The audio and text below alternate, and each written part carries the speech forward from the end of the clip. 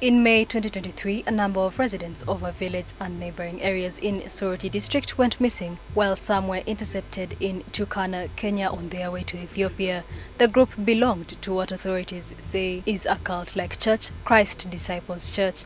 Their pastor had reportedly told the faithful that the world was coming to an end and that they would only be spared on the doomsday by meeting Jesus in Ethiopia. Peter Mundeyi, the spokesperson of the Ministry of Internal Affairs, who addressed journalists at the police headquarters in Naguru, Kampala, said that the Ethiopian authorities last week deported 80 members of the church to Uganda, but after detaining them for some days. This had gone to Ethiopia, ladies and gentlemen, where they believed the world was coming to an end.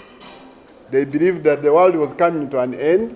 So their pastor, Peter Simon Opolot, who formerly used to work with the district local government, Soroti, duped these Christians. First of all, he asked them to fast for 40 days, and at the end of 40 days, the world was coming to an end.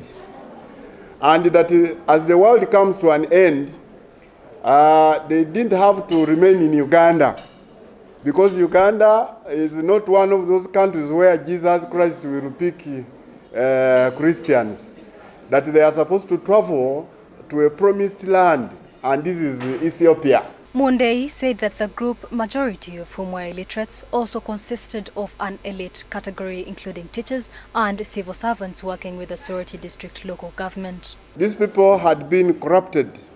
Their brains had been washed by this gentleman, and they also had this belief that indeed the world was coming to an end. When these people actually crossed and reached Ethiopia, the authorities over there, having looked at them, and most of them visibly looking weak and emaciated, they suspected something foul. So they were again arrested in Ethiopia and returned to Uganda. We received them at our immigration office in Moroto, but most of them passed through our border point at Nakabat and Amdat.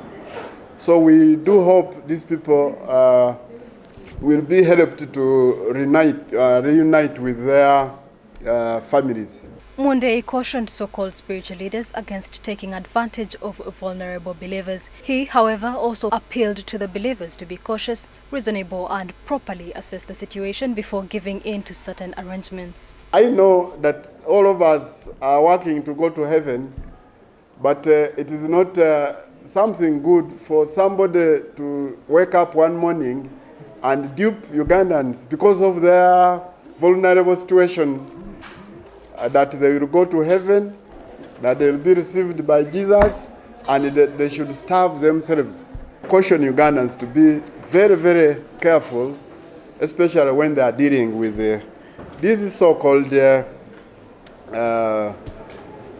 pastors who are believing them, who are duping them of and promising them of heaven on earth.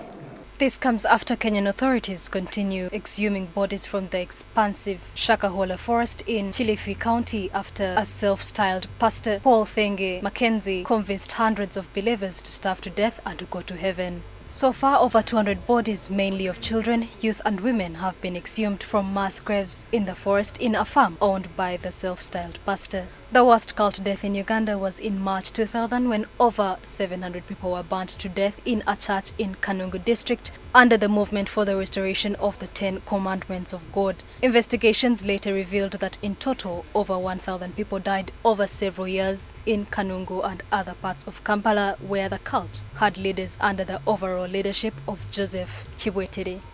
Mary Prima Awor, Church of Uganda Family TV, News at 8.